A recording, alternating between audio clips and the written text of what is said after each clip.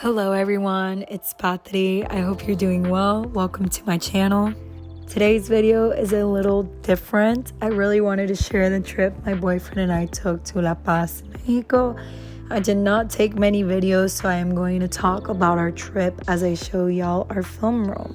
So yeah, that's me on our first day in one of the huts on the beach alongside El Malecón. El Malecón is the strip along the beach filled with restaurants, stores, a skate park, playgrounds, boats, kayaks, statues like the one in this picture, and of course, as I just mentioned, a bunch of huts to lay on the beach. It goes on for a couple of miles of just beautiful, crystal clear water. The water is not just beautiful, but it's also very flat, so there's just an overwhelming sense of calmness.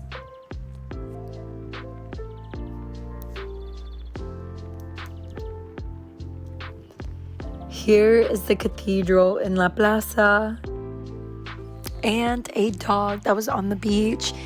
There were quite a few stray dogs on the beach. Like, I'm pretty sure someone took care of them, but it was honestly just so fun and they were so cute. On our second day, we went to Playa Balandra, the most beautiful beach I have ever been to. Truly breathtaking paradise. I could not believe my eyes. Thinking back to it and looking at these pictures doesn't feel real. We were told it is known as the most beautiful beach in Mexico and is ranked number 4 in the world. I don't know where this ranking is coming from, but I'm going to choose to believe it. The beach is a federal reserve and it is very well taken care of. They only allow 2 groups of people in a day for about 3 hours. There's the 9 a.m. group and the 12 p.m. group. We went in on the 12 p.m. group, and I would say that is the perfect time to go. If you decide to go, make sure to get there early. We got there about 45 minutes before the opening time because they cap the amount of people allowed to go in. And also, look at us. I love this picture so much.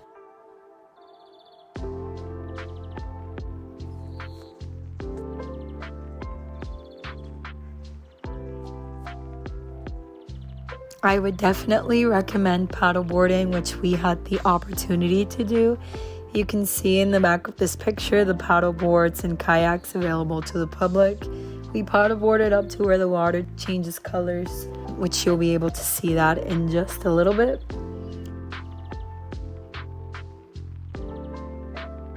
Here you can see where the color changes, so we went up to the deeper part, jumped in, and paddled back.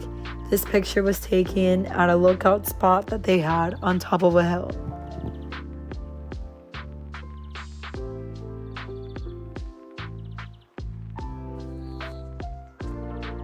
I almost didn't climb up because it was rocky and a little slippery and I was tired and only wearing flip-flops, but I did it and I don't regret it. So if you ever have the opportunity to go, make sure you go up to experience this stunning view.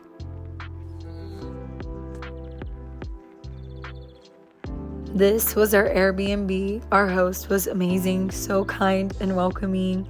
I will link the Airbnb we stayed at below in my bio if anyone is interested.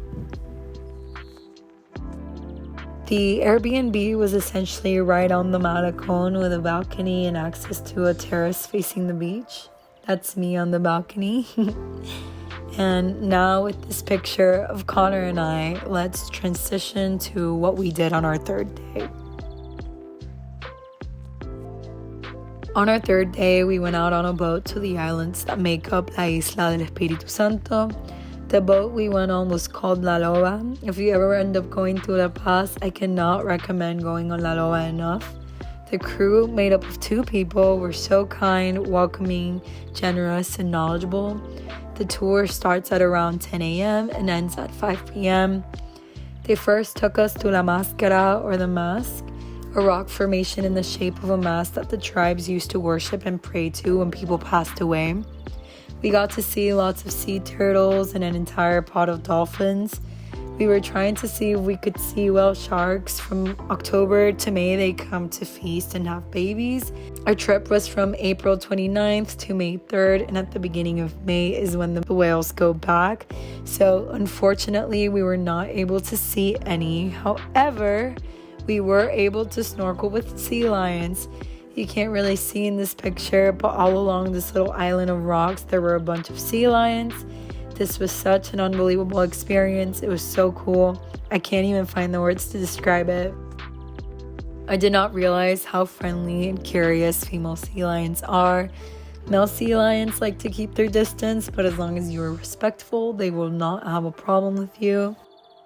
Next, we stopped at one of the beaches in the island. I believe there are 19 in total, and we had a nice little lunch that the crew of La Loa prepared for us. Here, we ate the most delicious lunch made up of fresh ceviche, sandwiches, and fruits. And I was also able to snorkel all alongside these coral reefs that you can see in this corner. I saw crabs, pufferfish, dories, a manta ray, and lots of different fish. This island is also federally protected.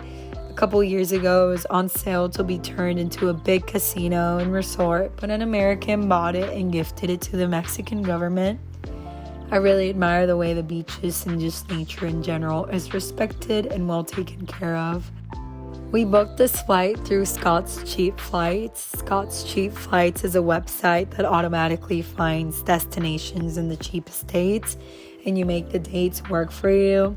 We paid $40 for the yearly subscription, and literally the next day we booked these round-trip tickets to one of the most beautiful and culturally immersive places I have ever been to for $150 each. If you are traveling on a budget, I would recommend La Paz. The entire trip, including Airbnb, flights, food, tours, gifts, taxis, Ubers, etc., cost less than $1,000 per person. A more specific number would be around $900. I would say to definitely travel with someone who is fluent if you are not, as it is a town that is not built for tourists. La Paz is a city that has been able to grow its own history, character, and culture without the influence of tourists, unlike other cities in Baja California Sur. The lack of resorts, tourists, and overdevelopment allows you to experience this side of Mexican culture fully. This next portion of the video will show you the pictures we took in Ciudad de Mexico / Mexico City. Since we live in Texas and Texas has not had any COVID mandates for almost a year, we foolishly did not think to research the rules of entering back to the US. This resulted in us not being able to get on the plane back home and having to stay in Ciudad de Mexico for the next 24 hours. I honestly cannot complain since the airline truly took care of us and I got to see one of the most mesmerizing cities I have ever been to. I truly mean that in every sense of the word. The size, the architecture, the contrast of La Paz to Mexico City, and just everything about the city had me mesmerized. I am so incredibly grateful to have had the opportunity to visit two amazing cities in Mexico, and I hope to one day go back. I hope you guys have enjoyed this video and that it has inspired you to visit new places with the goal of experiencing the culture as much as possible. And I hope that this video served as some sort of guide. Always remember to be respectful and mindful of other cultures when visiting a new country. Have a wonderful day and thank you for watching.